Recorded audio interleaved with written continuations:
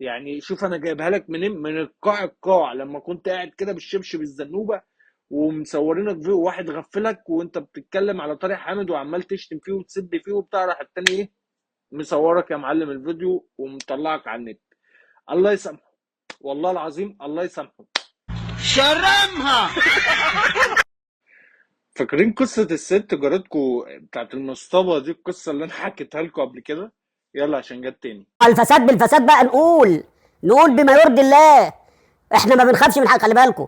اللي عند احمد رفعت عندي، انا ممكن اموت في ثانيه، محدش هينزل معايا القبر. انا ما بخافش من حد الا من ربنا سبحانه وتعالى، والكلام دوت على مرأى ومسمع الجميع. واخد بالك؟ يعني انا ممكن دلوقتي انا معاكم 10 دقايق واقول لك وفاه رضا عبد العال، عادي جدا. عادي جدا، لان انا برضو من الناس اللي هي مستنيه الموت في اي لحظه، ده طبعا حاجه في ايد ربنا. رضا عبد العال بيفكرني، عارف انت الست والدتك لما يبقى عندك حالة وفاة، فبعدها تطلب منك طلب، فما تقول لها لا، فتقول لك بصوا انا عندي نفس المرض بتاعت اللي ماتت دي، خلي بالك وانا عندي، عارف التهديد ده. كمل يا رضا، كمل ما لكش انت دعوه باللي انا بقوله. اتفضل.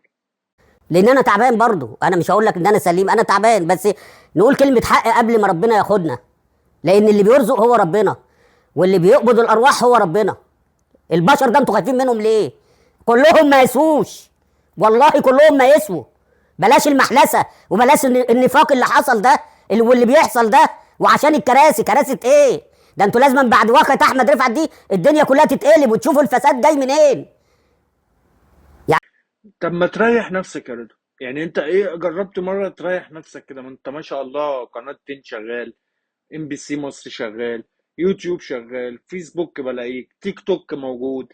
يعني جرب نفسك كده وريح نفسك قيمة شهرين كده مثلا، روح يا راجل صيف، روح جمصة، الناس كلها بتصيف يا رضا، روح جمصة.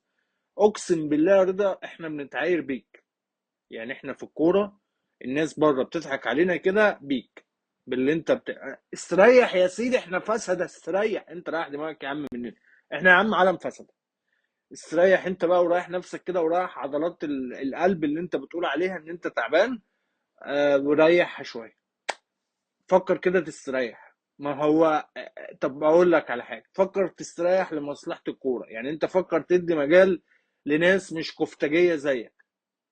ايه رايك في الفكره دي؟ فكر، ما دام انت اصل انت كل مره وكل ما بنشوف الوش الجميل بتاع حضرتك بتتعبنا نفسيا، اقسم بالله احنا ما بنفهمش، احنا فسده، احنا حراميه، احنا مش عارف ايه، اصل الاهلي ماله، اصل مش عارف يا عم ريحنا واستريح، احنا يا عم مش نافعين في الكوره.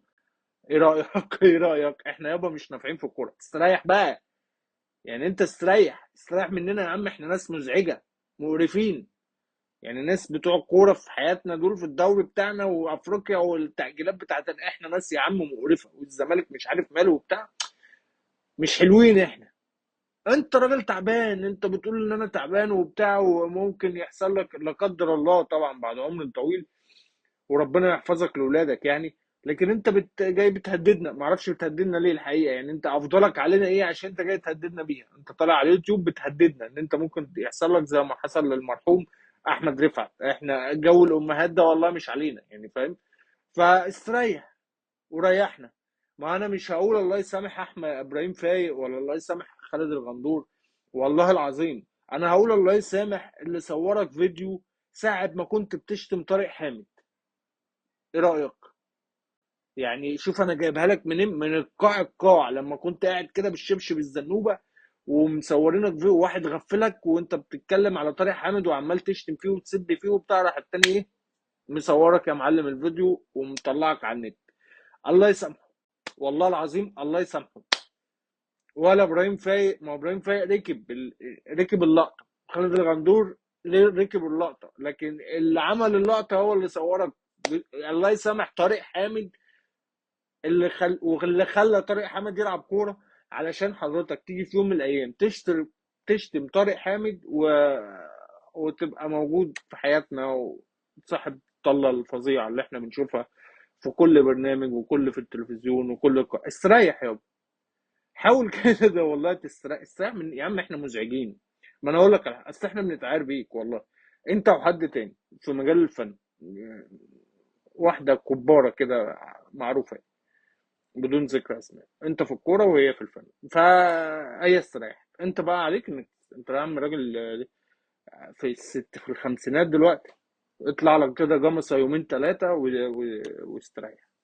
تعبنا والله. اصل انا عارف هو هيقول ايه، هو يقول اصل احنا فسده، والدوري فسده، والحكام فسده، والاهلي فسده، والجوهري مش كويس، وثابت البطل مش كويس، حسن حمدي، محمود الخطيب، مش عارف مين.